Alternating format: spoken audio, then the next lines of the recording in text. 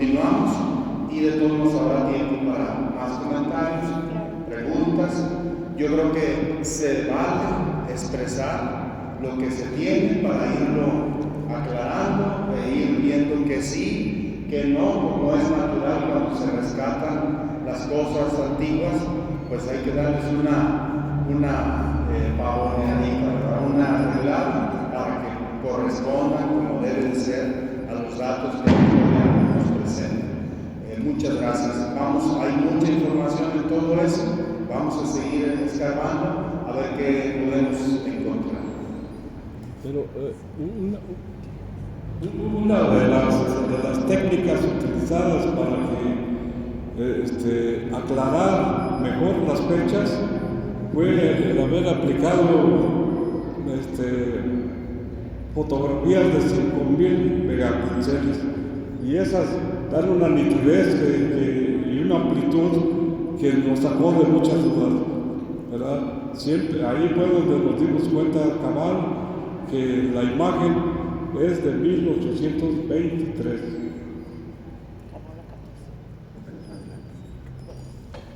Muy buenas tardes. Yo les voy a hablar sobre los mitos guadalupanos en la historia de México en general. Este trabajo está basado académicamente en una bibliografía contemporánea. Se trata de la obra de la doctora Graciela von Wesser, titulada Orígenes del culto a Nuestra Señora de Guadalupe, 1521-1688. Otro es La felicidad en México, de Arturo Cerón Medina, y un tercero, el Tonantzin Guadalupe, Pensamiento Náhuatl y Mensaje Cristiano, en el Nicanopogua, en la versión del doctor Miguel de León Portilla. Creo que este señor todo el mundo lo conoce, ¿verdad? Bien, las versiones son 100% históricas, basados en documentos, en archivos, en textos que en su momento fueron recogidos sobre todo por Fray Bernardino de Sahagún y Fray Toribio de Benavente. Bien, entonces, empecemos. Hernán Cortés entró a la ciudad de Tenochtitlan en 1519. Traía consigo un estandarte con la imagen de Nuestra Señora de los Remedios. Y el 13 de agosto de 1521, Cortés tomó la ciudad de Tenochtitlan a sangre y fuego, y en el Templo Mayor colocó el estandarte. En la ciudad de Tenochtitlan el dios titular era Huitzilopochtli, que era venerado en el Templo Mayor junto con el dios Tlaloc, dios de la lluvia. La parte femenina era representada por Cuauhtémoc-Tonantzin, cuyo santuario se encontraba en el cerro del Tepeyac. Y aún a mediados del siglo XVI seguía teniendo muchos seguidores y gran veneración, según lo afirma Fray Bernardino de Sahagún. Por su parte, Castilla y Aragón eran gobernados por Isabel y Fernando, los reyes católicos, quienes se habían comprometido con Roma para afianzar en las tierras recién recuperadas de los musulmanes la religión católica, y que después, en el siglo XVI, se extendieron hacia las nuevas tierras. Recordemos que el reino de Granada fue recuperado por los reyes católicos en 1492, poquitos meses antes del descubrimiento de las nuevas tierras.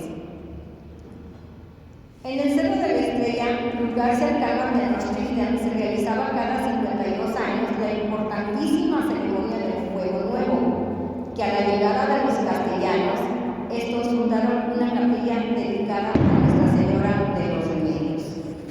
En 1522, Hernán Cortés solicitó al emperador Carlos I de España frailes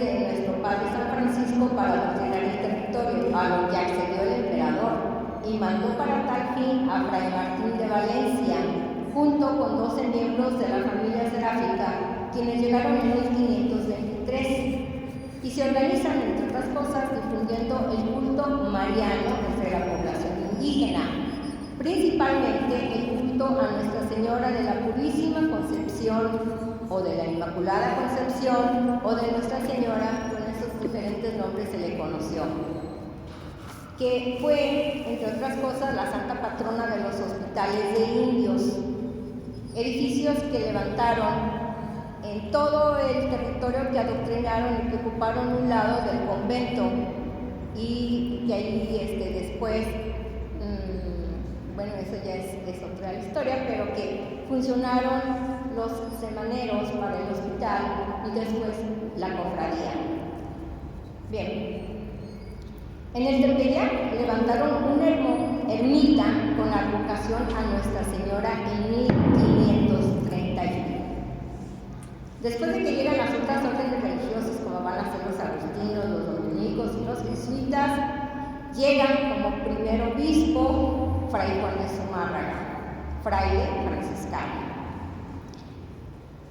Y según algunos autores, aparece la figura de Juan Diego, quien se dice vivía en Cuautitlán e iba todas las mañanas a misa a la Ciudad de México. No sé si algunos de ustedes conozcan, pero ese trayecto está bastante lejos.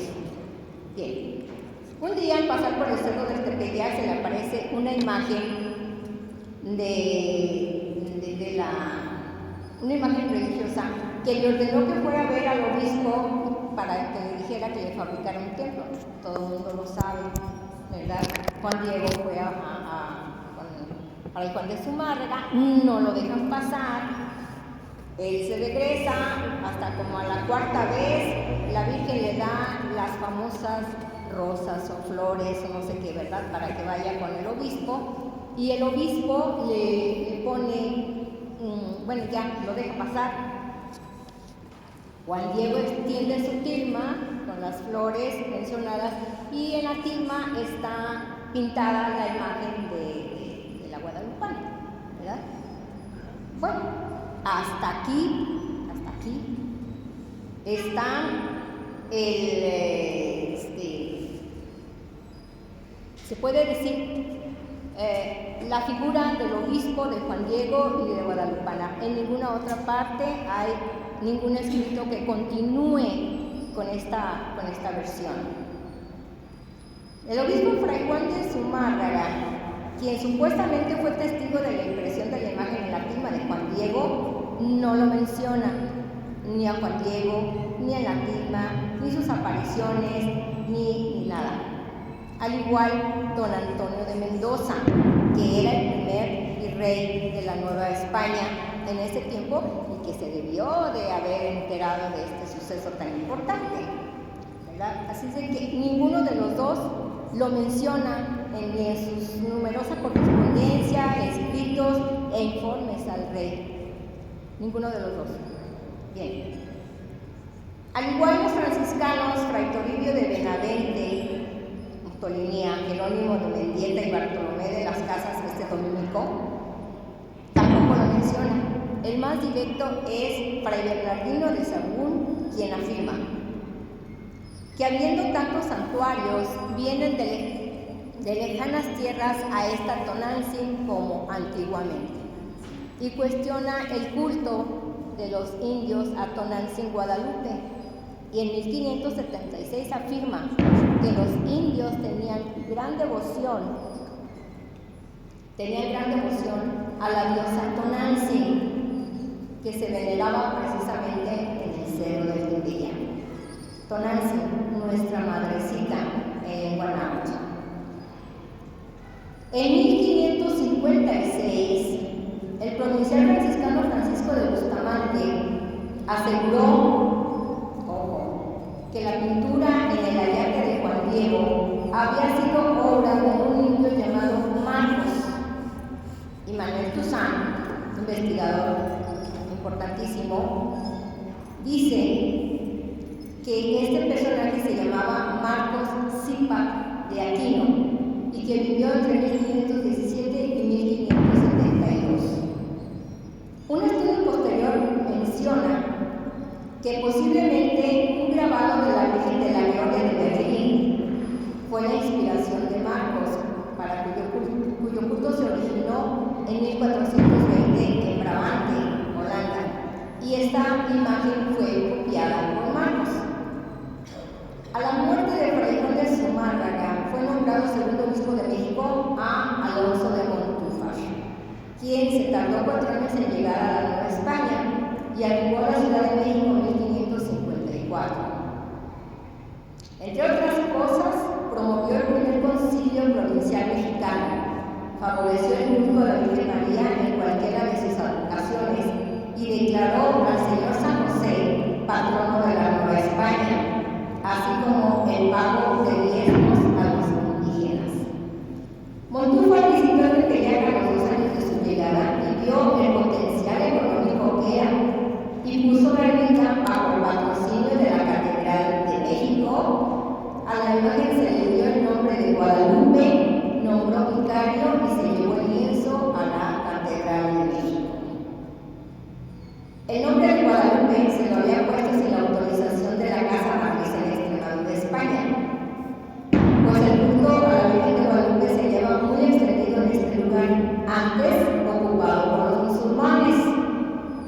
La voz Guadalupe es musulmana y quiere decir río de luz. Hacia 1561, Montúfar dotó a la ermita de un nuevo edificio, el segundo de los 5 que ha tenido a lo largo de la historia, pagado con las limosnas y mano de obra indígena de Azcapotzalco. Alabó mucho los milagros de la imagen, pero nunca informó de ello a sus superiores. O sea que fue nada más ahí en la catedral, la ermita y esos lugares donde él exaltaba, ¿no? Bien.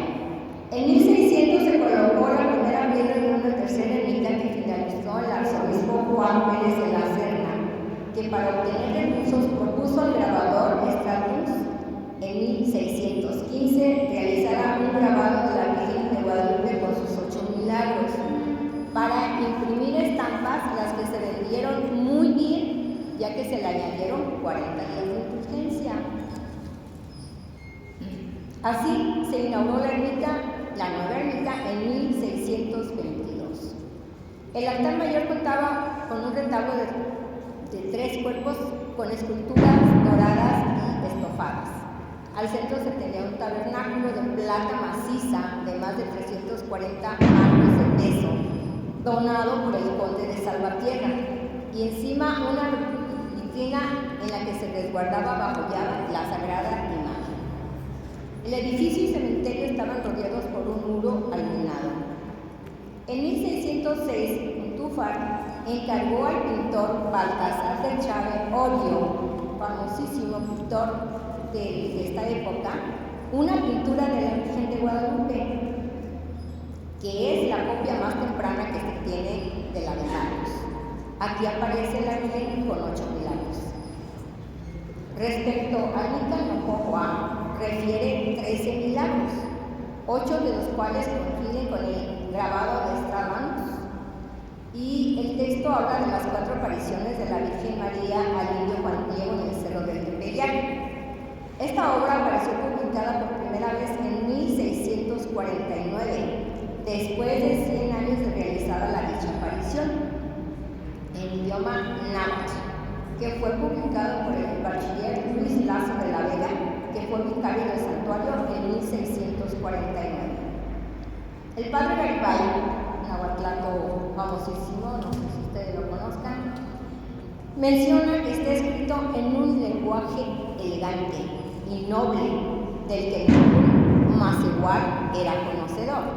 O sea, se está refiriendo que Juan Diego pues era un macehual común y corriente, ¿verdad? Como ya lo dijeron antes. El sabio don Carlos de Sigüenza y Góngora dice que fue escrito por Antonio Valeriano en 1556. Hacia 1736, don Lorenzo Boturini Benalucci menciona que en el colegio de San Pedro y San Pablo, que es el de Tepozotlán precisamente,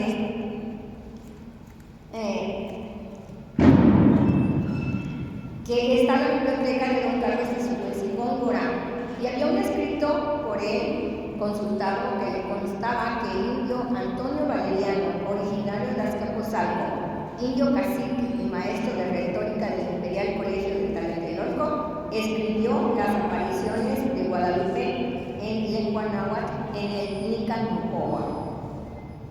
Don Miguel León Portilla, por su parte, dice que la grafía y el estilo pertenecen a los escritos que se elaboraron a mediados del siglo XVII y con muchas añadiduras castellanas.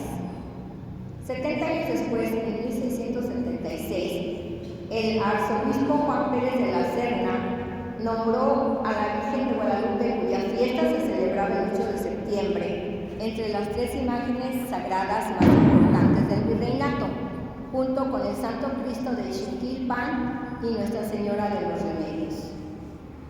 En 1774 contribuyó con fuertes cantidades de dinero para la construcción del santuario de Guadalupe el capitán José Retes Ortiz de la Rocha, personaje que después pondría la primera piedra del marquesado de San Mateo de Paraíso de Zacatecas.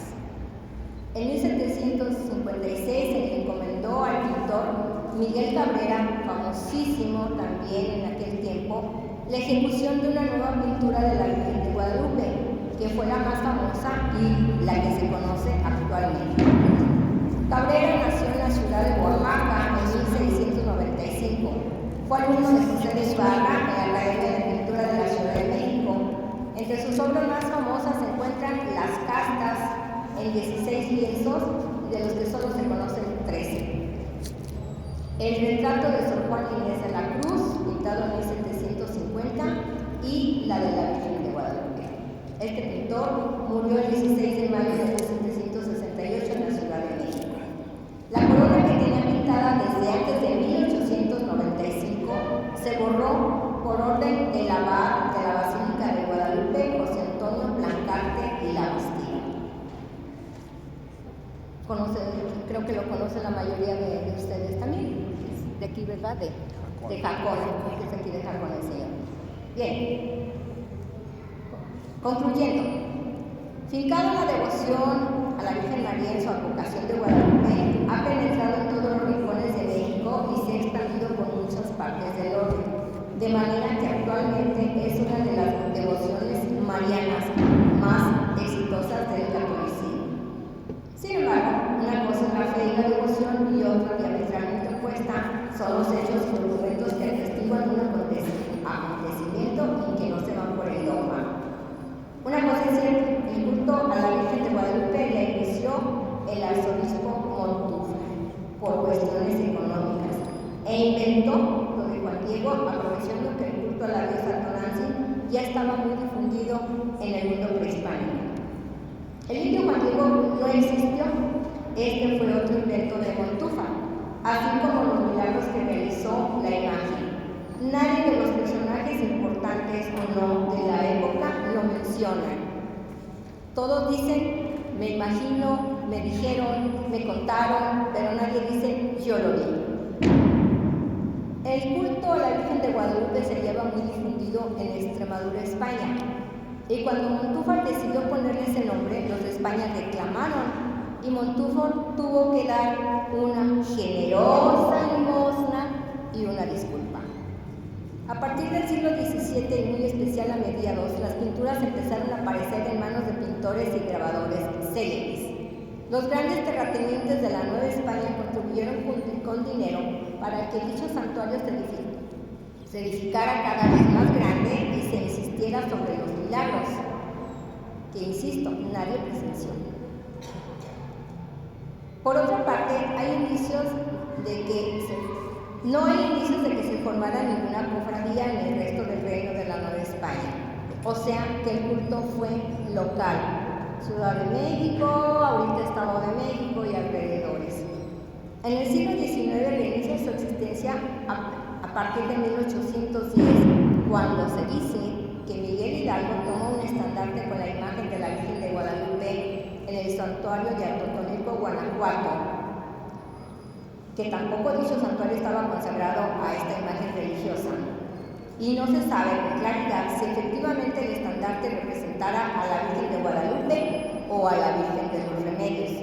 pues aquí también la historia oficial se transgiversa.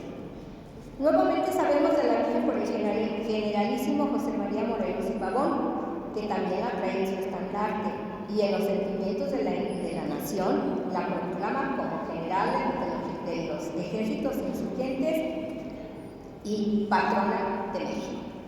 A mediados del siglo XIX aparece un grupo de rebeldes que se hacen de llamar los Guadalupes, que le da mucho trabajo al presidente de la República de ese entonces, don Vicente Guerrero, y en contraposición a la masonería que se extendía con éxito por todo México. Sin embargo, no hubo cofradías dedicados a la Virgen de Guadalupe y su imagen empezaba a tener más culto, ya que se consideraba opuesta a la Virgen de los Remedios, imagen netamente española. Y lo que sigue es otro asunto histórico envuelto en la fe y el dogma. Muchas gracias.